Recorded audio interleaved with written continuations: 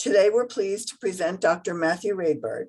In Lead Like a Pro, Dr. Matthew Raidbard draws on over a decade spent as a college basketball coach and senior level athletics administrator, as well as his own original research into what leadership styles and behaviors help athletic coaches be successful. This practical yet informative book provides coaches with the resources to transform their leadership practice and reach their full potential. Athletic coaches today are being asked to take on more responsibilities outside of their traditional X's and O's, but don't necessarily have the leadership tools to help them take on this outsized challenge. Whether you're volunteer coaching your child's team, a part-time high school coach who's also a teacher, or a full-time college or professional coach, this book will teach you new ways to enhance your leadership style and become a better coach for your athletes and team.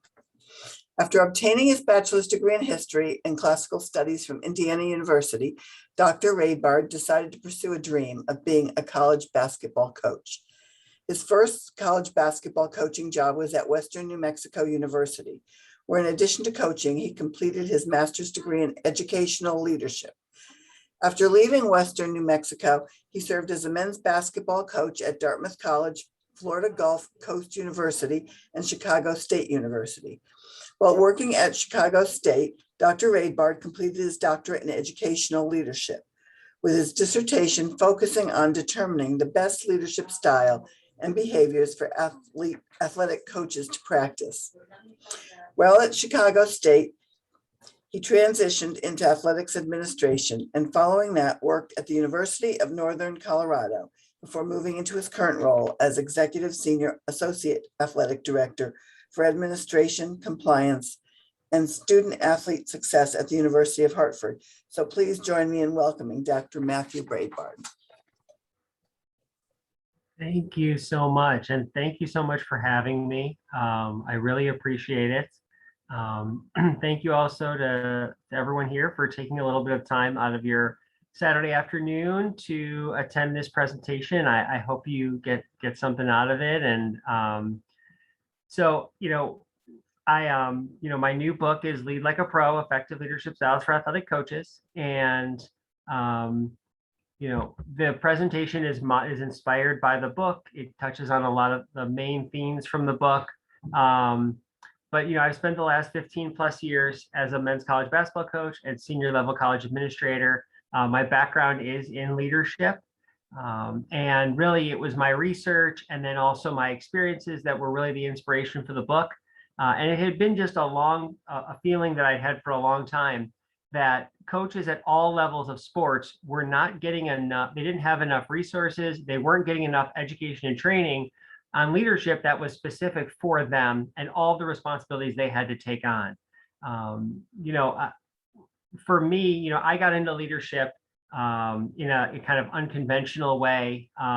It was always my dream to be a college basketball coach. And when I was graduating from college, I thought that was the best time to pursue that dream. So I started, calling around, emailing, applying for jobs. And I got really fortunate to get an assistant coaching job at a small Division II school called Western New Mexico in the southwest corner of the state. But in order for me to accept that job, I had to also be enrolled in graduate school. And at the time, I really had no interest in graduate school. I had just finished college. I just really wanted to coach. But if that's what I had to do in order to be a coach, I was willing to do it. So I really quickly took the GREs and applied and sent my transcripts and got accepted. So I was able to accept the coaching job. And when I moved to New Mexico on my first day on campus, we spent the morning with my head coach, meeting people and getting introduced to the campus and walking around. And then after lunch, I met with my academic advisor to pick a program that I was going to go into for my master's degree. And she said, based on my undergraduate degree being in history and classical studies, there were really only two programs that I could get into. One was counseling and one was educational leadership. And so we put the two programs side by side, the classes, all the information, and we kind of just started going through the pros and cons of what made better sense for me. And we could see that both were applicable to coaching. They both had elements of them that I could incorporate and I thought would help me as a coach. But ultimately, when we got to the bottom of each of kind of each layout of the course, the counseling program required an additional 6-hour summer internship. And educational leadership, there was no summer classes, it was only 4 semesters. So that was a determining factor. And I chose educational leadership. And I had no idea the impact at the time that would have on not only my coaching career and administrative career moving forward, but just the impact it would have on my life and my professional career moving forward, eventually going back to school years later to pursue a doctorate and, being inspired to write a book, and now working with coaches to help them improve their leadership practice. But, a lot of coaches, that could have easily gone a very different way for me. If I had gotten an assistant coaching job that didn't require me to be in a master's program, if, like a lot of schools, they didn't offer an educational leadership program, I kind of stumbled into leadership and learning about leadership and the importance of leadership for coaches, but I could have just as easily done something else and not had all of that leadership knowledge and training that helped me along the way in my career. Like a lot of coaches don't. So that was a big part of the inspiration, was just trying to help coaches, just give them an additional resource and tools to help them with their leadership practice if their background wasn't necessarily in leadership. So the main thesis of the book, what I center everything on, is that coaches are leaders. And kind of secondarily, every decision that coaches make that relates to their team or their athletes are leadership decisions. And, that's coaches at all levels of sports, from parents who are just volunteering to coach their child's youth team, all the way up through, the college level where I was, professional coaches who do this full time. All coaches are leaders, and all of the decisions that they make, big and small, are leadership decisions. It's not just those decisions that we think most affect winning and losing. It's all the little decisions that we're making that affects our team and our athletes, from, what time we show up before practice, how accessible we are after practice, how we communicate with our athletes. Do we do it, a lot of face-to-face communication? Do we do group communication? Are we very positive and motivational? Are we a little more critical? All of those decisions that we make are leadership decisions, and they're a reflection of who we are, our beliefs and values, and then what our leadership style is. So, this is why, to me, coaches need leadership training and education that's coach specific, that's related to coaches. When I was going through, my years as a Division I basketball coach, I was at the highest level of college coaching. And when I would talk to my friends in other professions who were in business, or they were in teaching, or anything else, they were getting dozens of hours of leadership training, and they were getting all these professional development opportunities and workshops. And for coaches, there was very little, even at that level. There were some books by famous coaches telling me how they practice leadership, which is a good resource.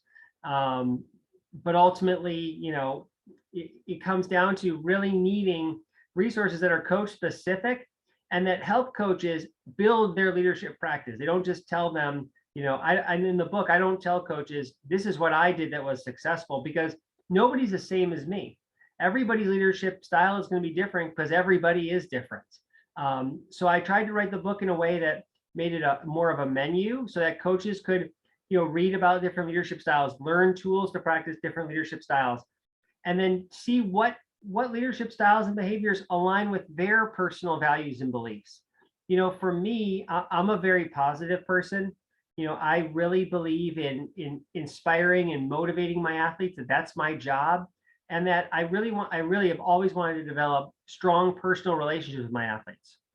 So in knowing those things about myself, once I started learning about transformational leadership, it kind of clicked that, I'm probably a transformational leader, or at least the foundation of my leadership practice is in transformational leadership.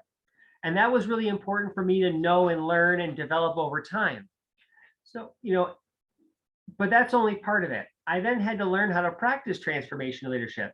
And, what I think has happened with coaching, like a lot of professions, in the last 15, 20 years, even longer, but I think it's sped up in the last, say, 5 to 10 years, is that coaches are being asked at all levels to wear so many different hats.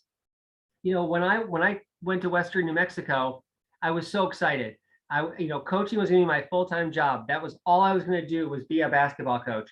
And I thought I was going to spend most of my time, working the players out, coaching at practice and games, recruiting, doing those kind of typical coaching leadership roles. And after I was at Western Mexico for about a month, I remember calling my dad and him asking me how it was going, and I telling him that it was going pretty well, but I didn't understand when I was going to get a chance to do those leadership things or do those coaching things that I thought were going to be central to my job, because I was spending so much of my time with all these other also important leadership responsibilities that I didn't think were actually part of the job. And I was a study hall monitor, I was a friend, a mentor. I was doing all of these different things that I didn't necessarily have the kind of leadership practice and kind of leadership knowledge to be able to do. And that's why I think it's so important for coaches to get leadership training and leadership tools. So in my research, what I uncovered is there's for a lot of coaches, there's a leadership gap. I experienced this in my own career. I didn't know what it was at the time. I didn't know until years later what it was when I was doing research on it. But the leadership gap is essentially that, the most successful coaches have a very small leadership gap, where the leadership style that they want to be practicing, that they think is best for them to practice, is actually the leadership style, or very close to it, that they are practicing. That's a big part of what makes them successful, is that they're the leader that they want to be. For coaches who are maybe having trouble, taking their team to the next level, or sustaining success, or they're young or new to coaching, oftentimes their leadership gap is a lot larger. So they're not necessarily practicing the leadership style, or they're only partially practicing the leadership style that they want to be practicing. And that gap is one of the reasons, or a primary reason oftentimes, that's keeping them from being successful leaders, because they aren't actually the leader that they want to be. So how do you determine what the right leadership style is for you? How do you close the gap and be the leader that you want to be? The first step is learn foundational leadership knowledge. So, in the first part of the book, that's what I lay out is, here's a bunch of really great leadership styles for coaches. Here's some other leadership styles that maybe aren't as popular, but, depending on your personality and beliefs, maybe some of these behaviors or styles speak to you. I kind of lay it all out there because I didn't want to make any assumptions about what leadership style people might want, and I didn't want to necessarily influence that by leaving certain styles out. So, I talk through those leadership styles. I try to always give practical examples from my experiences to kind of illustrate those leadership styles so that coaches can see what they actually look like in practice. But once coaches acquire foundational leadership knowledge, they can then align, whatever leadership style, like I did with transformational leadership, with what's important to them. If serving your athletes and putting their needs first and is the most important thing to you, then your leadership practice, probably the foundation of it is servant leadership. So once you kind of assessed what leadership style is best for me based on the leadership knowledge I've acquired, now you need the tools to go out and practice that leadership style. And I talked through a lot of times in the book where I was, early in my career, I was learning a lot about leadership, and I was going out and doing what I thought was practicing the leadership style, when in actuality, I didn't really understand how to practice it. I didn't at first understand how to practice transformational leadership. I thought, it was about, for me, I started off with, I was very encouraging at the beginning and I was very encouraging at the end, but I was kind of missing these opportunities in the middle to kind of give motivation and inspiration to my athletes. So, I was leaving out some key elements of practicing that leadership style because I knew what it was. I just didn't have the tools or understand exactly how to practice it. So, I kind of talk through those scenarios and give those examples as well for coaches so they can see what a practical application of the leadership style looks like for a coach. And then the last part of it is, being able to, kind of critically assess, your leadership practice so that you could see, is it working? Is it not working? Did all of these leadership behaviors that I'm practicing feel comfortable to me? Maybe for me, I tried to be more enthusiastic at practice and really be outgoing. And maybe for me, I'm more of an introverted person and that didn't feel natural. So it didn't come off very natural and the players didn't respond to it. That's something I could kind of critically look at and assess and say, I tried it, but ultimately it didn't feel right for me. So I've got to look at other things that kind of speak more to who I am as a leader.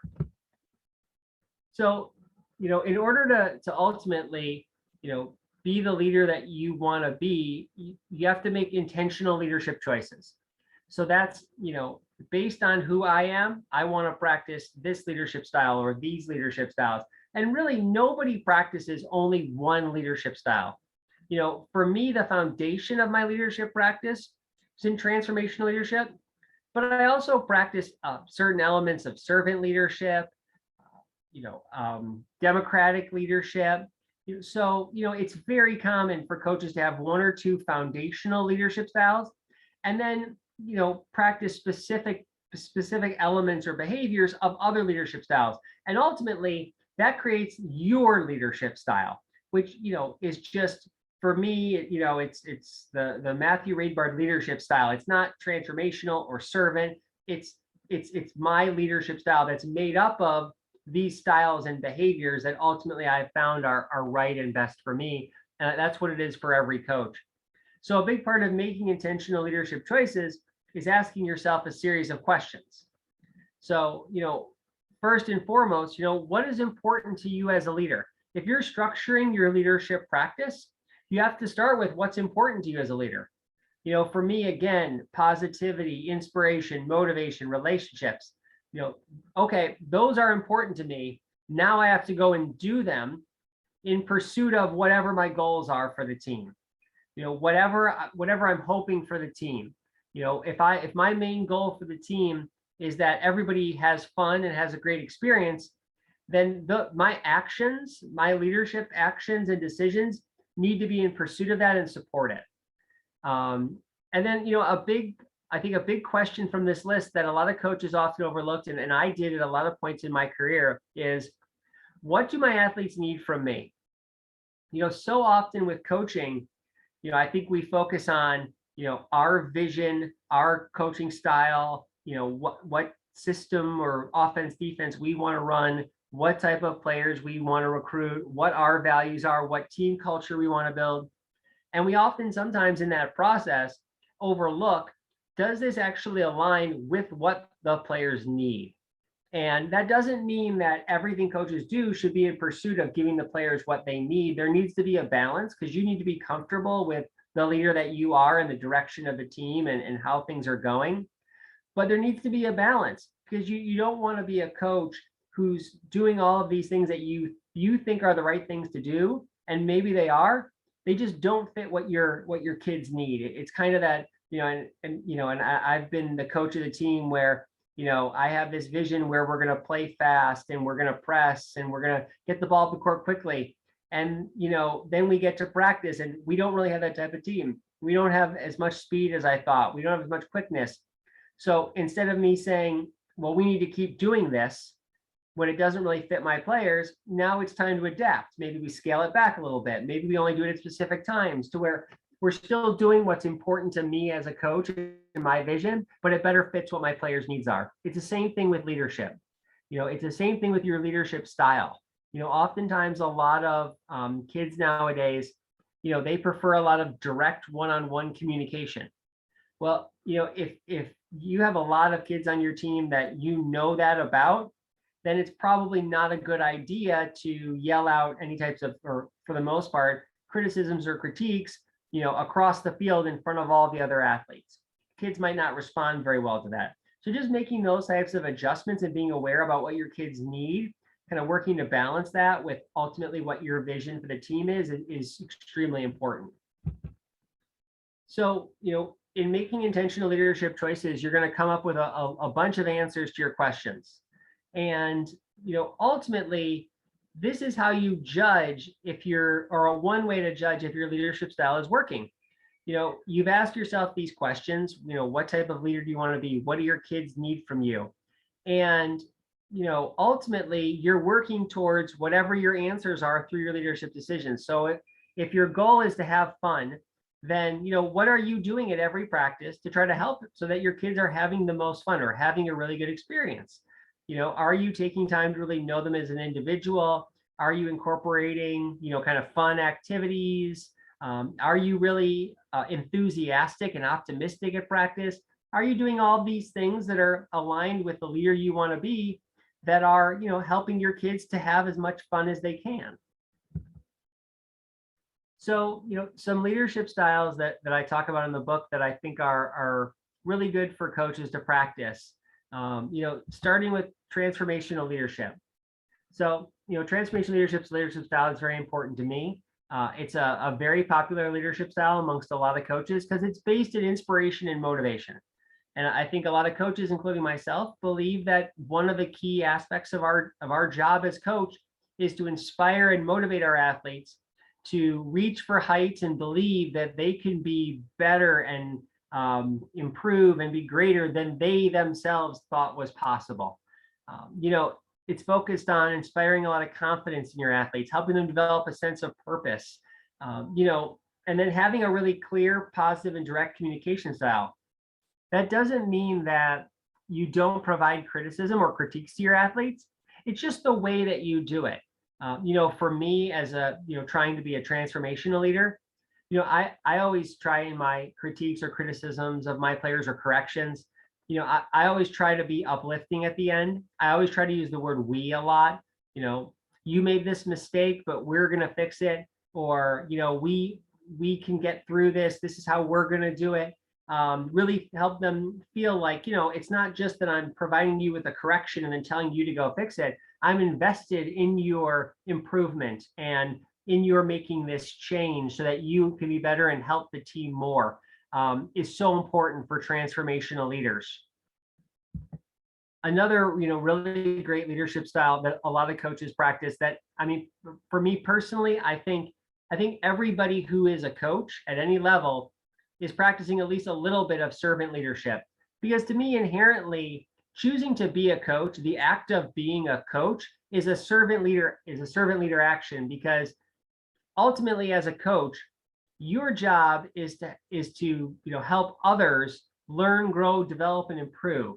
And inherently, to me, that's servant leadership. You're putting the needs of others above yourself. You could be doing a whole lot of other jobs that are for your improvement or a company's improvement or organization, but you're specifically there for the improvement of your athletes and team. And ultimately, to me, that's a servant leadership characteristic. Servant leaders also model a lot of really great behaviors: unselfishness, empathy, teamwork, inclusion, listening, making sure that everybody feels a part of the team, everybody is heard, everybody is valued and knows that they're important to the team, whether they're the star player or not. Everybody has a role and is important.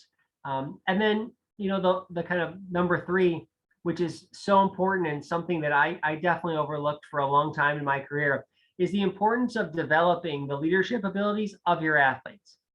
And, one way that I encourage coaches to do that is, try to leave space for your coaches to be leaders. And, we as coaches, I think we oftentimes get caught up in, we see something happen, good or bad, and we either want to applaud it or correct it immediately. And that instinct is natural for coaches, and it's totally fine. It's fair for coaches to have. I did it throughout my career. The problem with that is, when you do it all the time, is that you don't necessarily leave space for your kids to be leaders. So they're losing those opportunities to then go out and applaud their fellow teammates first, or provide a correction to a fellow teammate. So, try to leave that space sometimes where a play happens, something went wrong. try to see if one of your athletes, or leave some opportunities for your athletes to step in and say, you know what, you were supposed to go over there, let me show you where to go. So then instead of you always having to take that leadership role, your kids start feeling more comfortable taking it. And at first, if they're not very comfortable, you can try to provide them with opportunities to do it by saying, after the play is over, okay, something wasn't right in that play. Does anybody know what it was? Can anybody help us fix this? That way, you're not always the one providing all of the feedback.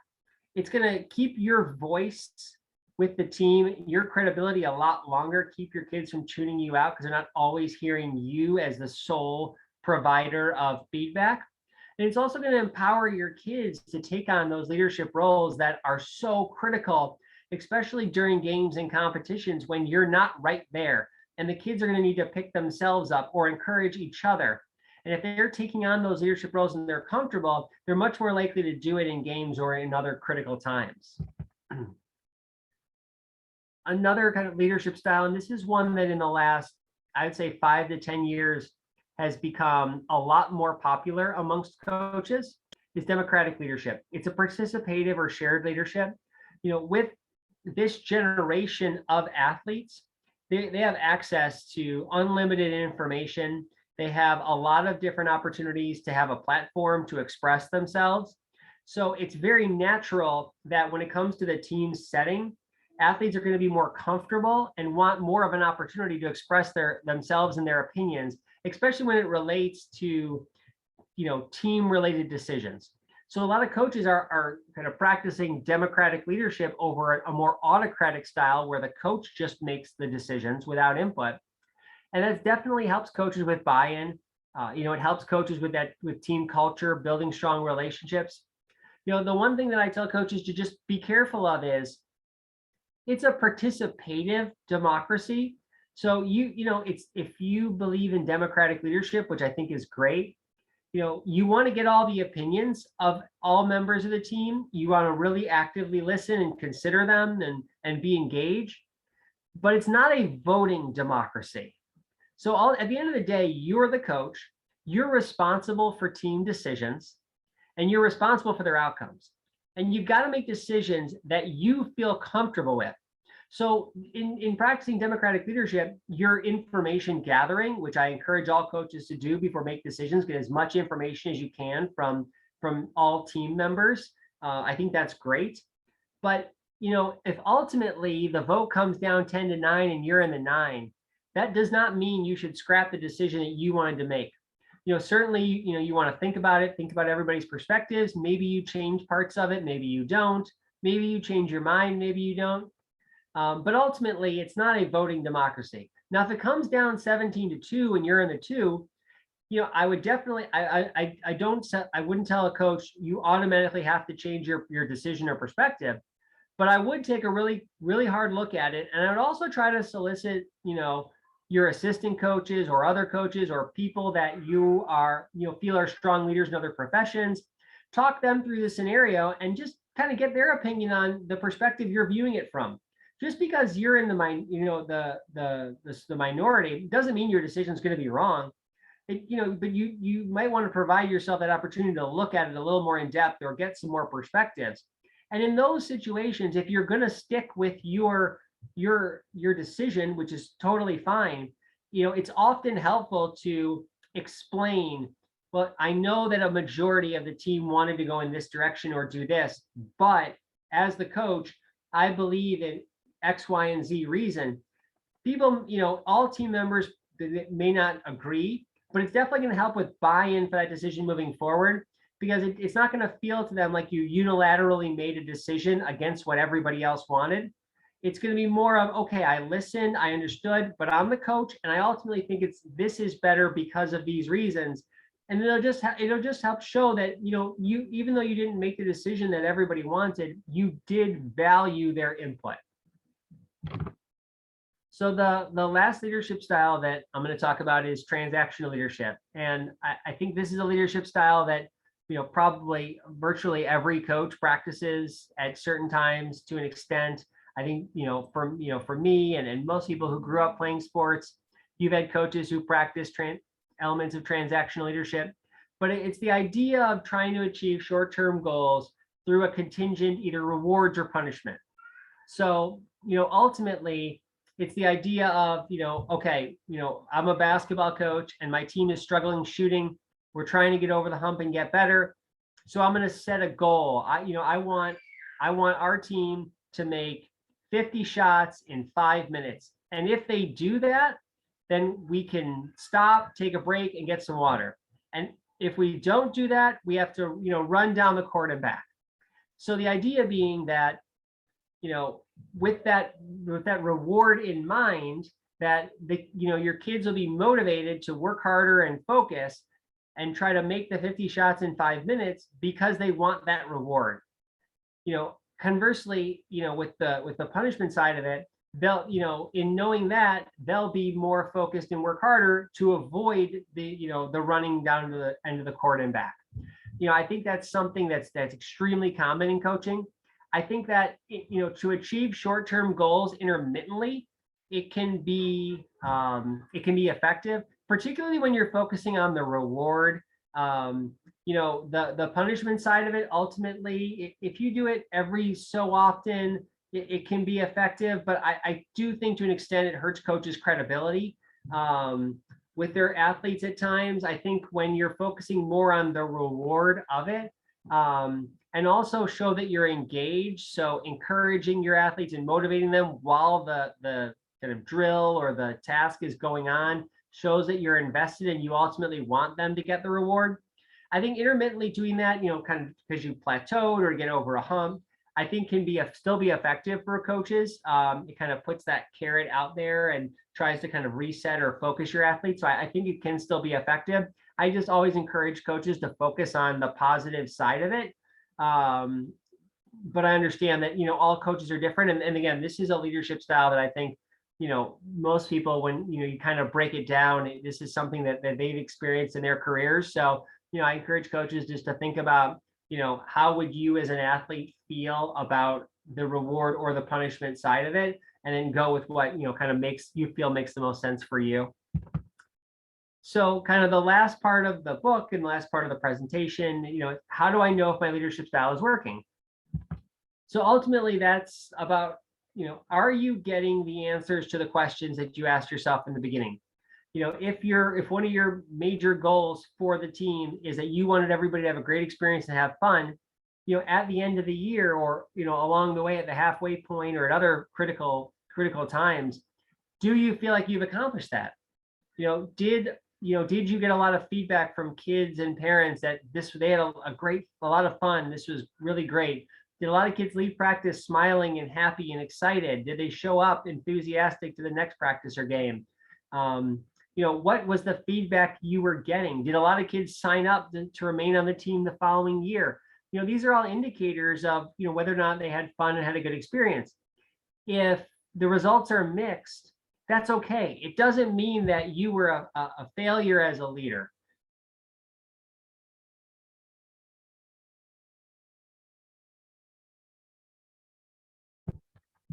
Ultimately, it's not about, it's not about, did I make the perfect leadership decisions every single time? There's no such thing as a perfect leader. Coaches are going to have leadership successes and failures, ups and downs. That's part of the leadership journey.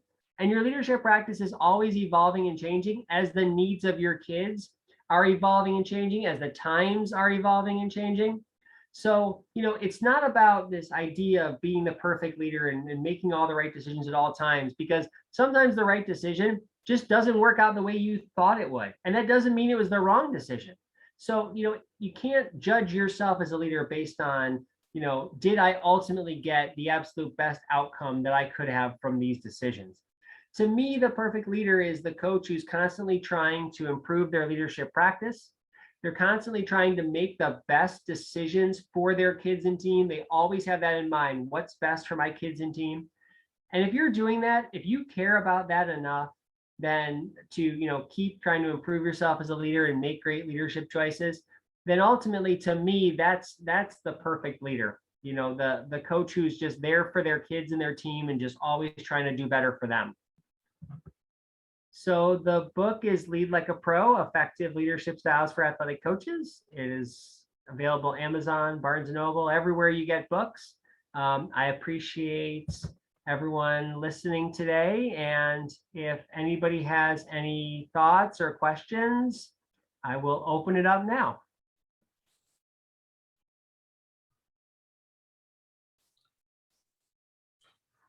Well, Matthew, one thing that came to my mind, it seemed to me that you can, and you can validate this, I hope, but it seems that your book shows tools in leadership that are helpful in so many different ways, even beyond coaching. They could be used in the work environment, in working for supervisors dealing with their team, their department. Absolutely. The lens that I wrote the book was through coaching. But for me as a coach, I always am trying to read books and, learn from leaders in other areas to kind of see things through their eyes, to see things through their lens. So, I definitely think the coach is applicable for all leaders. It's just through the kind of coaching or sports lens, but absolutely the themes and the ideas and the tools and are all practical for leaders in all professions. Thank you. Any other questions? I just wanted to make a comment. One of the reasons that, well, there are a couple reasons that I took this Zoom today. I am a supervisor in a library, and I did take a leadership course as part of my master's at San Jose State University. But I did have, I had an experience with a master swim coach when I was swimming masters. And this was a gentleman who had a rocky early adult life and decided to become a swimmer. And of course, as an amateur, he was winning, doing triathlons and winning all kinds of races. But I always thought of him as a leader because he was there for everybody else too. Yes, he talked about his races and winning, and of course, we looked up to him, but he always encouraged us. He would say, you look strong tonight, or, your swimming technique looked really good. He would make sure we were safe in the open water and make sure that, we felt comfortable in the water. And then he'd be there, waiting for us all to come in. He wouldn't leave like everybody else would, dry off and get in their cars and go. He made sure everybody was in a good place. So I took this today because leadership is of great interest to me, but also because of that experience when I think of Gary and what he did for everybody. So I just wanted you to know that. Yeah, thank you for sharing that. I appreciate it. And I appreciate you, joining us today. I think, there's so many different ways that people are leaders. And, kind of his way of leadership, sounds great. I mean, he sounds, like a servant leader, transformational leader. He was there for the needs of everybody else. He was trying to motivate and inspire everyone. I think that's great. So no, I appreciate you sharing that. Thank you. I'm gonna get your book. Oh, thank you. I would like to brush up on my leadership knowledge, and also when I took that course at San Jose State, I had decided upon servant leadership for myself.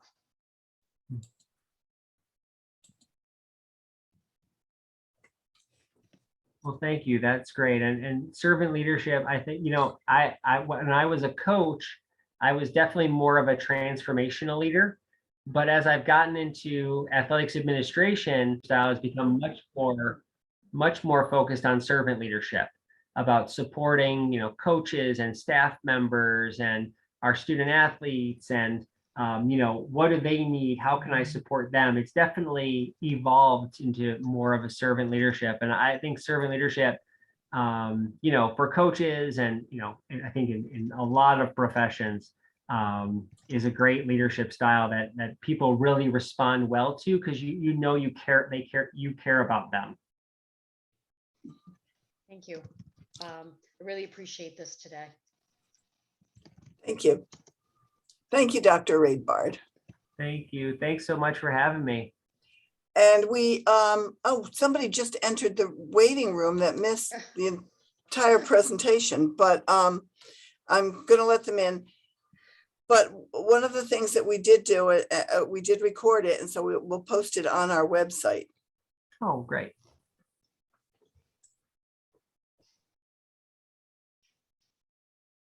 I don't know if they're, hello, let me ask them to unmute.